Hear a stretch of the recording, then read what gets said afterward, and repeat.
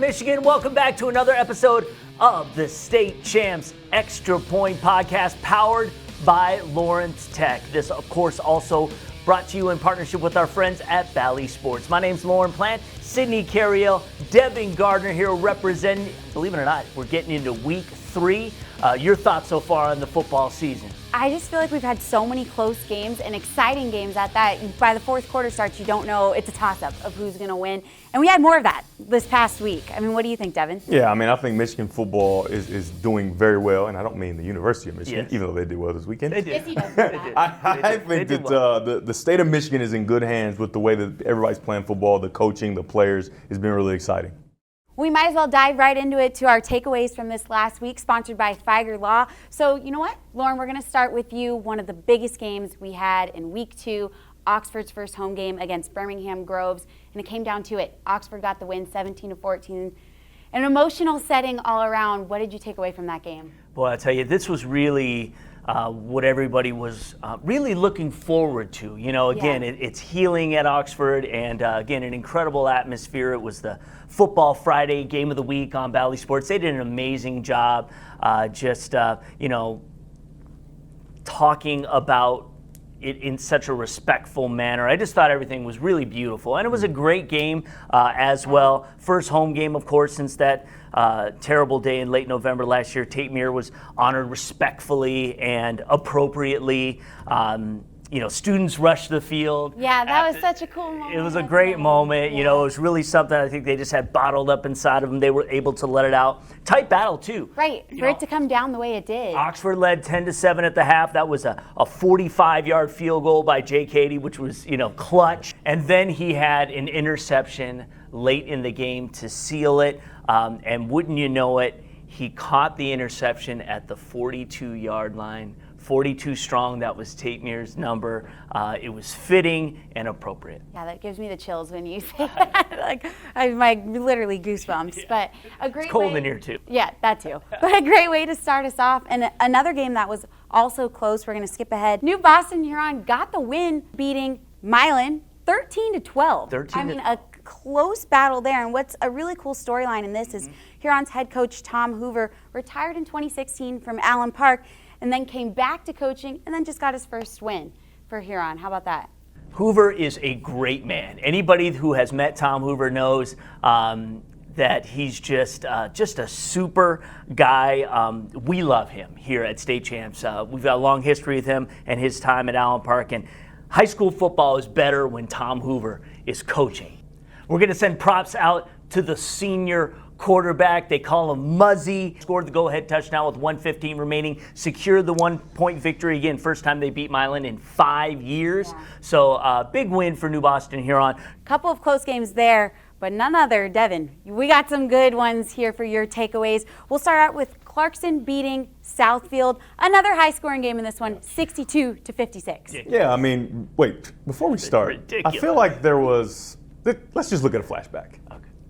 That win over Cass Tech, did it take too much out of them? Did they get too high? And can they come back down and still play effective football? Or did some of those kids play the game of their lives and maybe they can't recapture that same, energy? I think that's going to be the question. And like you said, Clarkston does not want to start off 0-2. So they're going to come prepared. They're going to come ready. And I'm telling you, it's going to be a heavy dose of Ethan Clark. As I said, a heavy dose of Ethan Clark. I mean, he's so impressive. Yeah. And the more I watch him, I wonder what this kid did in the offseason, just because his ability to stick his foot in the ground, he even added a little 1-2 to his game that I just didn't see in years past. I mean, he was exceptional with 206 rushing yards and count them 1, 2, 4 touchdowns. It was exciting. And then on the other side, Zeke continues to do his thing. These numbers this week, unreal. He's just insane. like last week. Video game numbers. 648 total yards of offense, 6 total touchdowns. The one thing I would say, and Lauren, you will remember this, and when I was in high school, my senior year, remember, we were Inkster and we would go fast, we would score fast, we would score a lot of points. But we lost our first 2 games, right? So I want to see, is that something that they need to fix at Southfield where, hey, maybe we don't need to score as much just because our defense isn't able to stop a nosebleed. They can't stop anybody.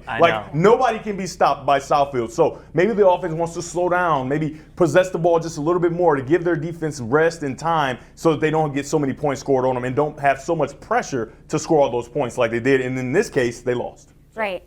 And for Clarkston, dropping week 1 and then coming back to win week 2, how big was that for this program? I mean, it's huge because you got a new coach and things like that, and they're figuring things out. But they have you had to know a school like Clarkston who knows winning. The coach was in the program, and they have some talented players, one of them being Ethan Clark. Yeah. There was no way they were going to go away quietly and just drop 2 straight. Right. And another school, Detroit Catholic Central, who did not want to drop 2 straight either. They bounced back after a week 1 loss, went on the road to beat Davison 44-34. I mean, what does that show about this DCC team? Listen, guys, I've got 3 words for you. Oh, no. Here we go. Unstoppable. Unstoppable. We're breaking this up into 3 words. 3 words. I got 3 words, and it's unstoppable. Hager, he's unstoppable. I mean, when I watched him a year ago, he was spot duty back, and I'm looking like, wait, I think this guy should get more reps. I mean, I'm looking at Catholic Central play, and it's like the explosion that you see when he gets in the game. It was exciting, and then it's like, why isn't he getting more touches? Well, he's getting those touches this year, and he is unstoppable. I love watching him play, and I'm just telling you that one of my takeaways, Hager's real. My second takeaway, Alabama baseball's in trouble because he's committed to play baseball at Alabama, and he loves and looks like he's going to be a talented football player in the state. He looks like a football player. I'm just going to say this. I think that I will put him up there with the Ethan Clarks and the Nolan Rays and the Darius Taylors and the Cole Cabanas in the state of Michigan as far as top running backs, for sure. It's heavy praise. Yeah, definitely. And on the flip side of that, Davison, they have no easy stretch here. They won week 1 over Clarkston. Fall week 2, and then week 3 they're playing Traverse City Central, who they made it to the state finals last year in Division 2. So that's not an easy stretch for the Cardinals either. So we'll see how that all pans out. We had many close games, and another close one came out of Detroit Country Day against Parma Western. This one came right down to it. Detroit Country Day was down 14-7. They tied up with around 6 minutes left in the game, 14-14. A goal line stand. They then drive down 98 yards, score the game-winning touchdown with 35 seconds left. Gabe Zeldez catches the ball from sophomore quarterback Chase Dawkins. It was a wild ending. They had those UCLA Bruin uniforms on. Country Day, they're always around. They're always hanging around. Playoff start, you're looking at the Division 4 rankings. Maybe you don't have them there. End of the day, they're in the semifinals or getting to the finals. So it's a program that knows how to win, and that was a good one. One more takeaway that I had.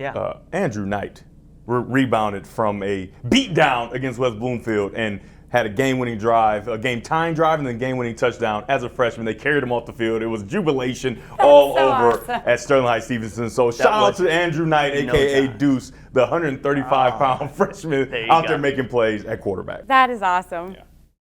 Well, now it's time for our top 20 rankings brought to you by ALTA Equipment Company. And you can't get mad at any of us for any of the changes that happened this week because we had another crazy week, on the gridiron. Also, I had 0 to do with it, so get mad at me. Don't get mad. Get mad at Lauren. They're good rankings. These are good rankings. Everybody point to whose fault it is. These are good rankings. I stand by them. All right, so our top 5 all stayed the same this week. So at 1, De La Salle, 2, West Bloomfield, 3, Adams, 4, Belleville, and then Detroit King stayed at number 5. So Lauren, and they didn't play this week, so there's an argument. You could keep them where they are or drop them or whatever. But. So we got to take that up with you. We're just kidding. Yeah, why is there an 0-1 team in the top 5, Lauren? For the record, I am not the creator of these rankings. I defend them. We're just giving them a hard time. So Lauren, on your locked-in teams, we had a Battle of Walled Lake. Who's locked in after that game? All right, Lorne's locked in this week. Walled Lake Western move into the top 10, and deservedly so. We've talked about the explosive play of the Minnesota commit running back Darius Taylor, the Mr. Football candidate. 345 yards, 6 TDs in the opener versus South Lyon, followed up with a 157-yard performance, 2 scores in the 16-12 win over Walled Lake Northern. So this game was a lot closer, but this, I think, and watching high school football as long as I have, the best scenario for a Warriors team because they came back down to earth following a big win. They were very high on themselves. It was so lopsided, the opener, but great teams find a way to win when their back is against the wall. And the defense stepped up when it was necessary. Northern was held to 131 total yards and just 1 touchdown in the game. They're going to take on a 2-0 Lakeland team on Friday. Western had to forfeit this matchup last year. I believe it was probably coronavirus or something, why they had to do it. So haven't heard that word in a long time. I know. My goodness. Know. So it's been 2 years. We don't love it. It's been 2 years since they've played. But I say Western is locked in. Time will tell. Yeah. And then who to watch? We got another team that's moved up. Who do you got for who to watch? Another perennial power from the West. Rockford is the team we're looking at. They moved up 2 spots. They started the season at 18. They're at 15 now. Watch this team. And I talked about the mark of a good team, handling adversity. How about Rockford coming back down 20 points versus a great football program in Muskegon Mona Shores? They were state finalists not too long ago. Halfway through the third, the Sailors led 27-7. Oh, wow. Rams got a safety. They would then score 3 touchdowns. Leading the way, the quarterback, Mac Vandenhout, 10 of 17 passing, 249 yards, 3 touchdowns. He also ran 15 times for 80 yards and a score. Rockford 2-0. They're going to open up OK Red Play next Friday at West Ottawa. I think that's great for Rockford because usually they go through the season and kind of skate through, but to have your back against the wall and have some real competition early in the season, that's going to prove really good for them when they get to the playoffs. And to have a big comeback win like that is only going to help the morale on the team moving forward. That's right. And Zach Ahern, their great quarterback who they had there, talk about a runner who could just such a game changer. Not there anymore, and it looks like they're finding a way. The Mac Attack, getting it done. Attack. We're going to get that started here and keep that nickname all started here, right here in the studio.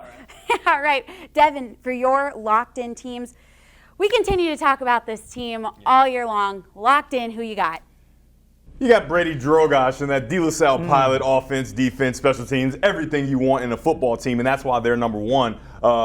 It's such a coincidence that Brady Drogosh is a member of the Gardner 5 that I created. Yes, of course, and an Elite 11 participant. Elite 11, but, you know, as a Gardner 5 leader, I'm going to, he was 214 yards passing and 4 touchdowns. That's good. It's really good. He even rushed for 111 yards. But Brady, you didn't score on the ground, and that's where the buck stops here. You're awful. You have to do better. You got to get to 5 touchdowns, get a touchdown on the ground, and woefully inadequate. Man, this guy just can't do anything right. You 300-something plus yards of offense and 4 touchdowns, but I don't know, man. I mean, please make Devin happy next week. The guy stinks. At this point, the guy stinks. They're playing so well, he needs some motivation. Yeah, absolutely. I mean, they won 49-16, and the game started off a little shaky, right, where Muskegon had a big play up the sideline, one of their talented players, but they came back, De La Salle did, and they were just dominant. 49-16. 49-16. It was super impressive. Super impressive. Took them a while to settle in, but they did, and that shows the confidence of that team. Sticking with confidence, who do you have to watch in the middle of the pack here? Coincidentally, it's another Gardner 5 member, Cole Cabana, and that Dexter, those dreadnoughts, right? I asked him, well, what is a dreadnought? Something, I think it's this thing on my shirt, It's a sailor. He had 144 yards and 4 touchdowns. I guess that's a theme that we're going with here. Just score 4 touchdowns. And then they won 59-8 versus Skyline. 59-8. And a lot of that, 4 touchdowns is Cole Cabana. He is explosive to say the least. I mean, there aren't enough superlatives to use to talk about his talents and the things he's capable of doing. And you see every week why the University of Michigan was on him early and often.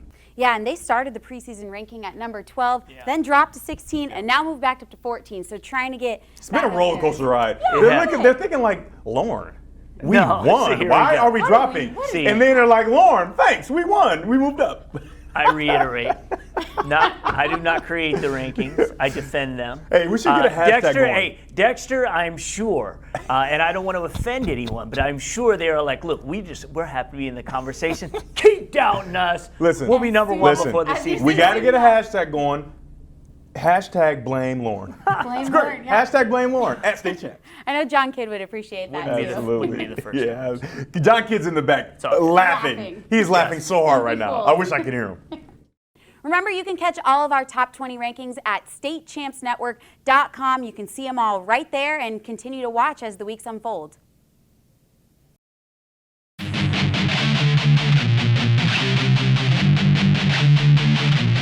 Hey everyone, it's time to give you an update in our State Champs Mr. Football race presented by Hungry Howie, Sean Belige, and of course, each and every week here to break down one of the candidates. Now, we want to let you know We have a shakeup in the race. Kamari Anderson from Cass Tech, great player, could play his way back into this competition because right now could not leave this quarterback out of the competition any longer. No way, no how, and we say it every year, and we're proving it to you so far this year.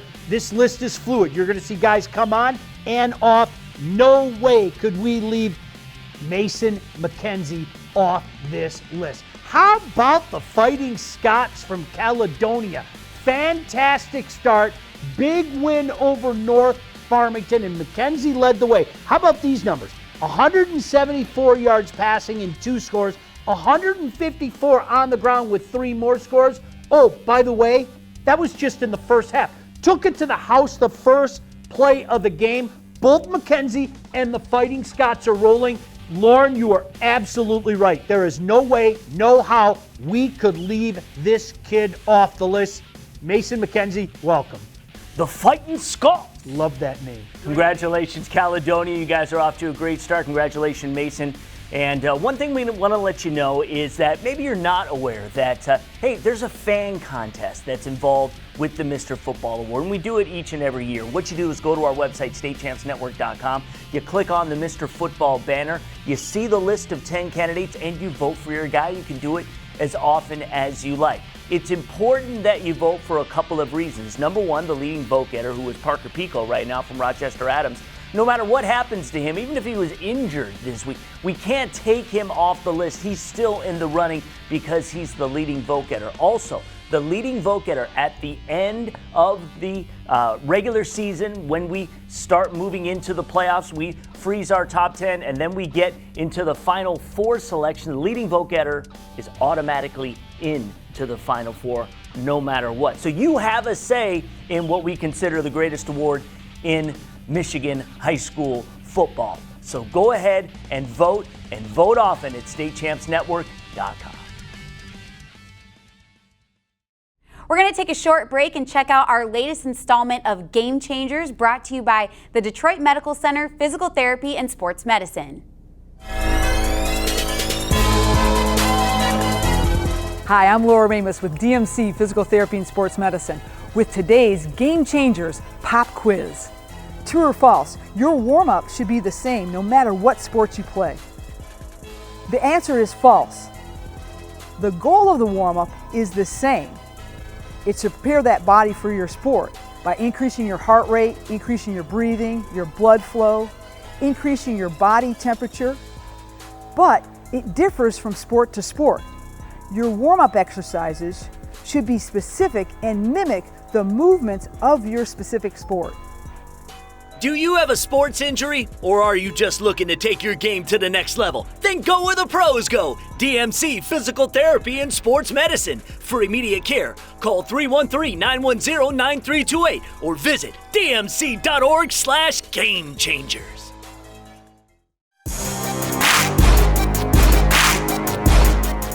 All right, guys, time now for an update in our State Champs Anvil Award, presented by Hungry Howie's. The coach, Tim Beckler, back with us again. Coach, good to see you. We break down a player every weekend, and this week we're going to talk about Mason Moragan from Warren D. LaSalle, #1 team in the state, and this guy literally all over the field and literally wreaking havoc. He is. Mason's a senior defensive end, 6'5", 250 pounds, committed to Illinois. Wow, what a game against Muskegon. 3 sacks, 8 tackles, 4 for loss. Dominant, playing both ways. Excellent tight end as well. So when I watch his film, first thing I see is his length, but he has got some speed.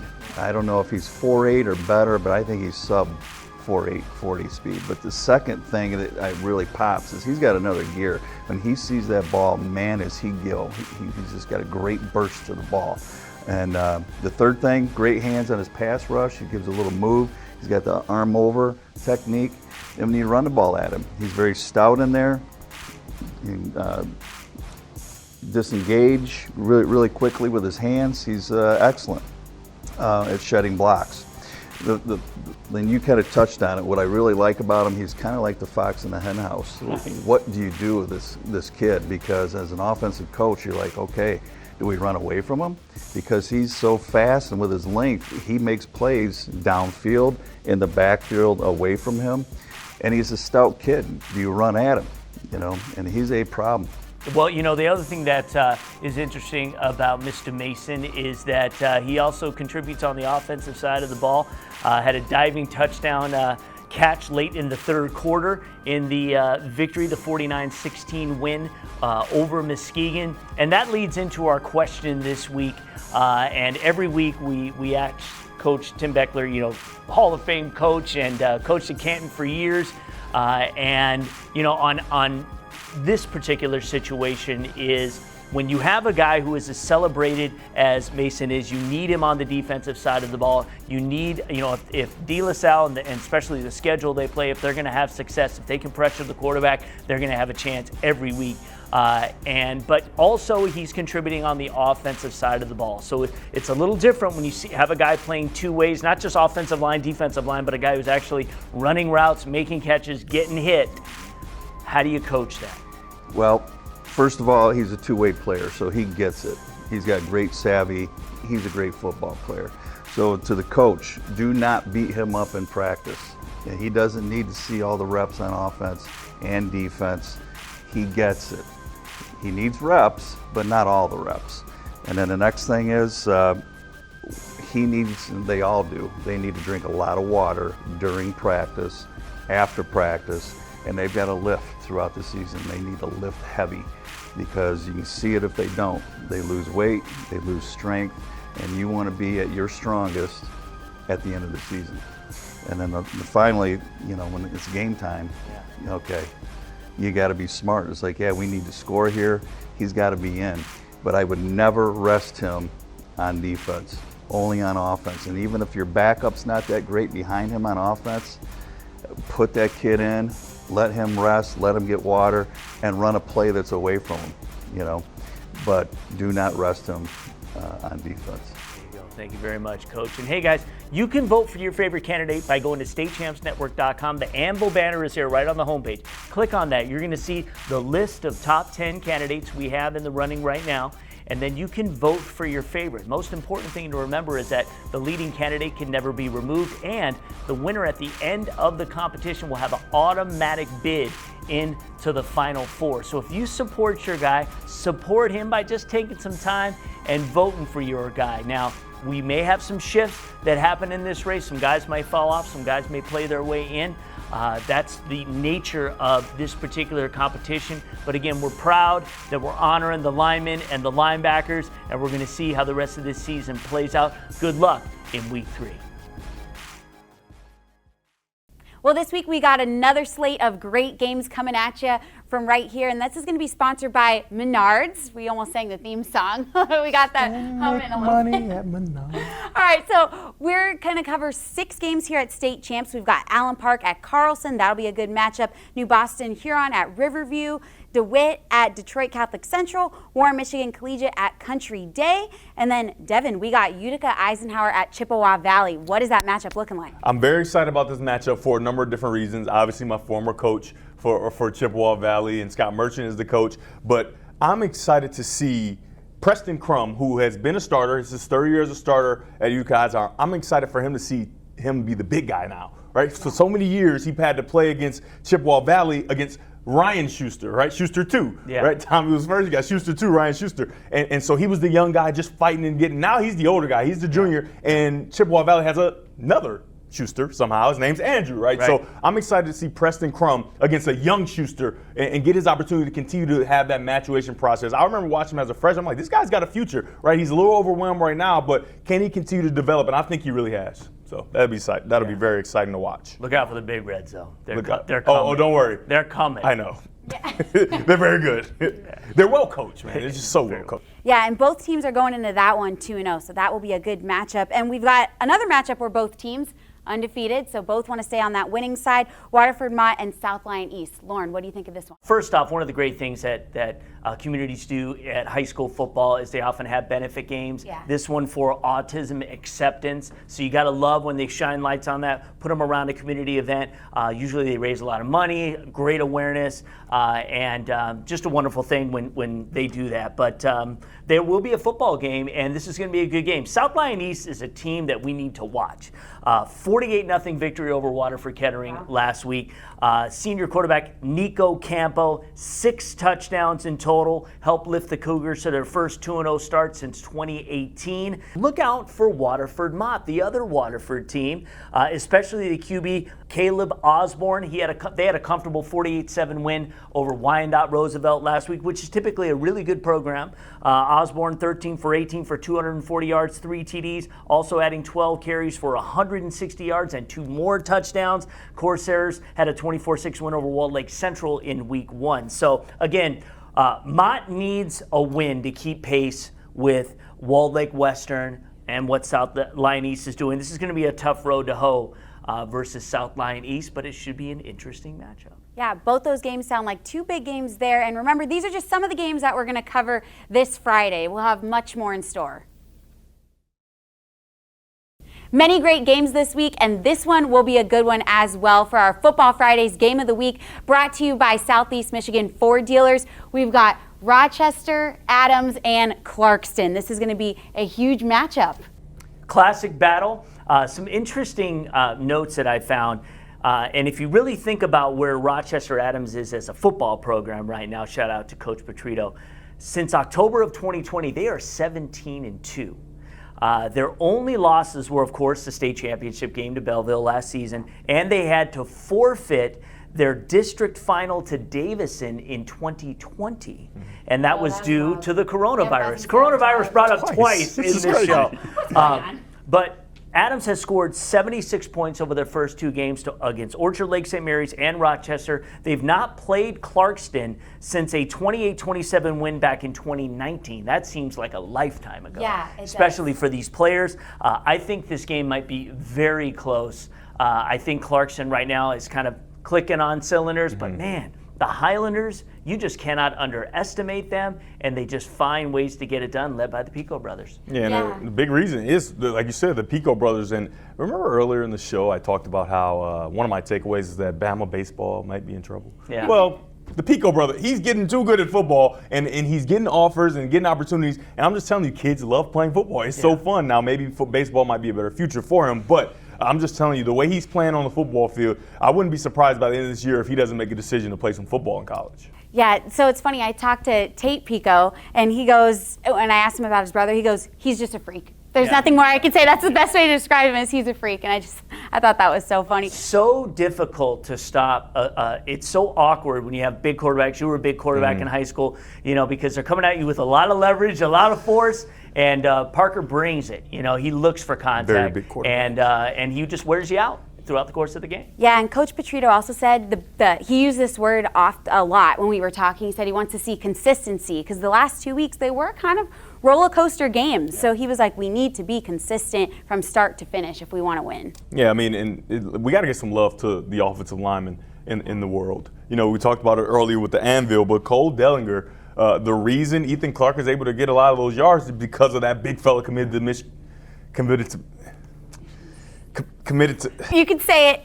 Committed to Michigan State for now. Right. For now. Exactly. But yeah, Cole Dellinger, he's a great kid, but when he gets on that field, he is nasty. He's the guy that's going to put you through the ground, and then he's going to dig you out, help you up, and then do it again. So he's going to be somebody to watch in that game as well. Yeah, we're going to have another big game here. No doubt, and it will be a real, I think, a